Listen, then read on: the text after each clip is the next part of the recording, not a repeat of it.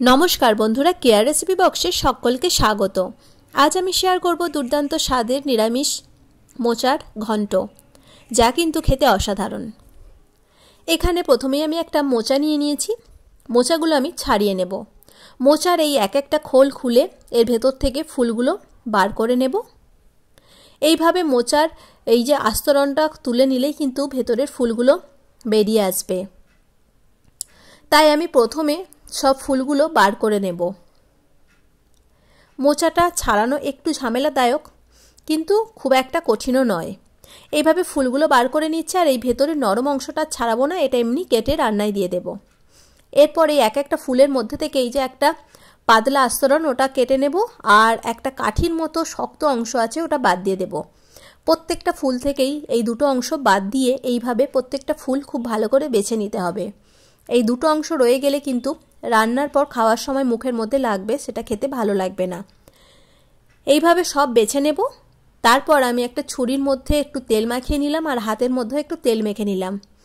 নিয়ে মোচার ফুলগুলো এইভাবে একসঙ্গে ধরে খুব ভালো করে ছোট ছোট করে একটু কেটে নেব। চেষ্টা করবেন একটু ছোট ছোট করে কেটে নেওয়ার। আমি এই রকম ভাবে কেটে নিচ্ছি। এই একই ভাবে মোচার সব ফুলগুলোই আমি ভালো করে কেটে নেব।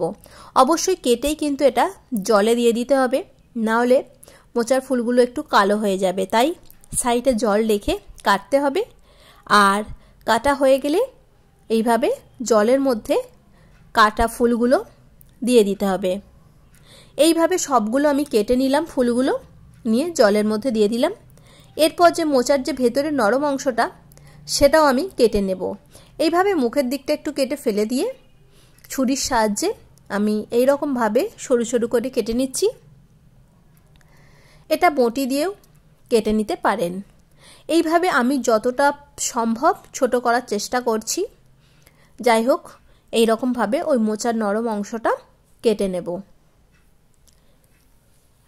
এটা কাটা একটু সময় সাপেক্ষ, তবে খুব সহজেই কিন্তু বাছা বা কাটা হয়ে যায় আর হাতে নিলে আর কোনো সমস্যাই হয় না। ওটাও আমি জলের মধ্যে দিয়ে দিলাম। মোচা কাটা কমপ্লিট হয়ে গেছে। এরপর একটা কুকারের মধ্যে লবণ হলুদ দিয়ে দিলাম।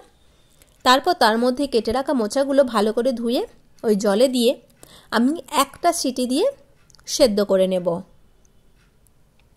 এদিকে একটা আলু কেটে নিয়েছি, আলুগুলো খুব ছোট ছোট করে কেটে নিয়েছি।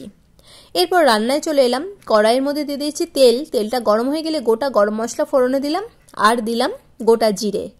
জিরে আর গরম মশলাটা যখন ভাজা হয়ে যাবে তার মধ্যে আমি দিয়ে দেব 1.5 চামচের মতো নারকেলের কোড়া। নারকেল কোড়াটাও আমি তেলের সঙ্গে ভেজে নেব। নিরামিষ মোচার রান্নাতে চেষ্টা করবেন এই নারকেল কোড়া ব্যবহার করার। এরপর আমি এখানে 1 মুঠোর মতো ছোলা নিয়ে নিলাম। এই ছোলা কড়াইগুলো আমি সারা রাত ভিজিয়ে রেখেছিলাম। এটা ওই তেলের সঙ্গে একটু নেড়ে নিয়েছি। এরপর কেটে রাখা আলুটা ওর মধ্যে দিয়ে দেব।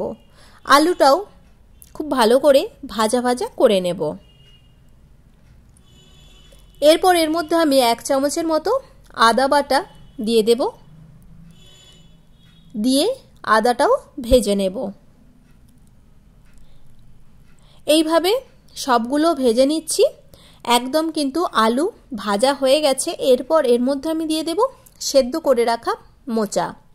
জল ঝরিয়ে ওই মোচাটা ওর সঙ্গে দিয়ে দেব। আর মোচাটাও আমি সব মশলার সঙ্গে একটু নেড়ে নেব। কিছুক্ষণ নেড়ে নেওয়ার পর এর মধ্যে দিয়ে দিলাম হলুদ গুঁড়ো, লঙ্কা গুঁড়ো আর দিলাম ভাজা জিরে গুঁড়ো করা। দিয়ে ওটাও আমি একটু নেড়ে নেব। এরপর এর মধ্যে স্বাদ মতো লবণ দিয়ে দিলাম। এখানে লবণটা একটু বুঝে সুঝে দিতে হবে। এরপর আমি এটা 10 মিনিটের মতো খুব ভালো করে চাপা দিয়ে দিয়ে নেড়ে নিয়েছি। এরপর এর মধ্যে আমি অ্যাড করব সামান্য একটু জল।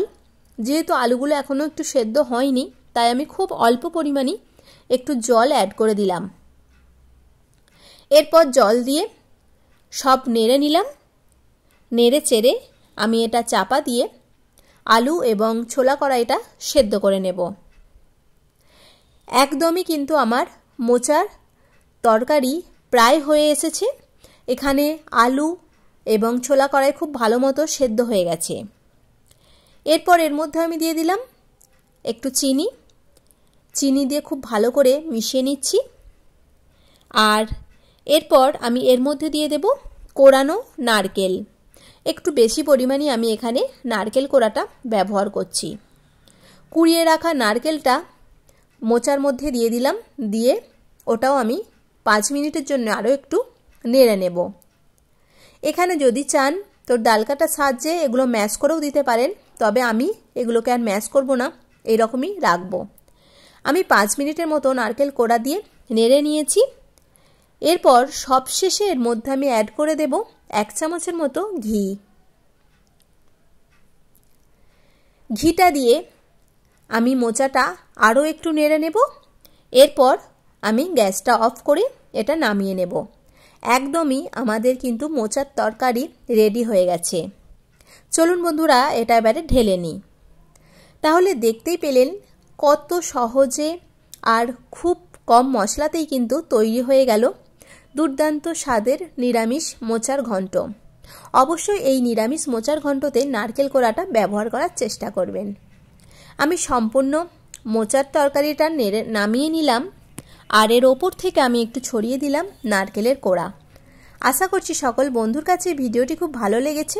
সকলে ভালো থাকবেন, সুস্থ থাকবেন, আর নতুন বন্ধুদের কাছে অনুরোধ রইল চ্যানেলটি সাবস্ক্রাইব করে পাশে থাকার।